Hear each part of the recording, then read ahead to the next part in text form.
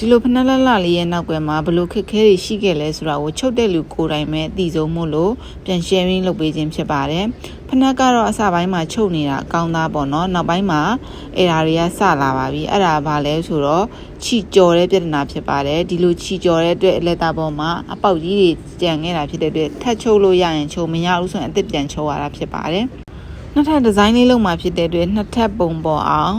ပတန်နေဆွဲရတယ်ပြီးလို့ဆိုရင်ဒီနှစ်ထပ်ကိုကတ်ဖို့အတွက်ကော်တုတ်နေရပါတော့เนาะကော်တုတ်ပြီးသွားရင်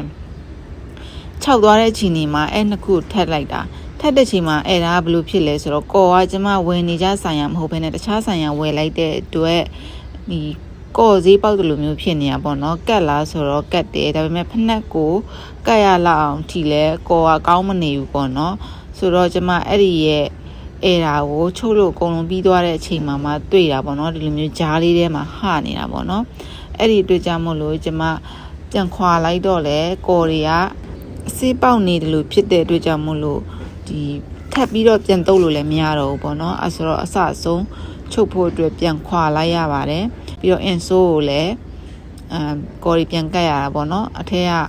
အင်ဆိုးကိုတော့တုံးလိုက်တယ်ဒီလက်သားတွေကိုကျတော့ပြန်ပြီးတော့ခွာပြီးတော့ပြန်လောက်ရတာပေါ့နော်အဲ့ဒါတွေ့ကြမို့လို့ကျမဒီဖနက်ကို2ရက်ခွဲလောက်ကြာတယ်ပေါ့နော်ချုပ်လိုက်ရတာအပြင်ပန်းမှာတော့လှတယ်ပေါ့နော်ဒါပေမဲ့သူကလည်းအင်ကြီးတစ်ထည်ချုပ်တယ်လို့မျိုးပဲအရန်ကိုလက်လီစိတ်ပါတယ်နောက်ဆုံးမှာတော့ဒီလိုဖနက်လလလေးပြီးသွားပါပြီ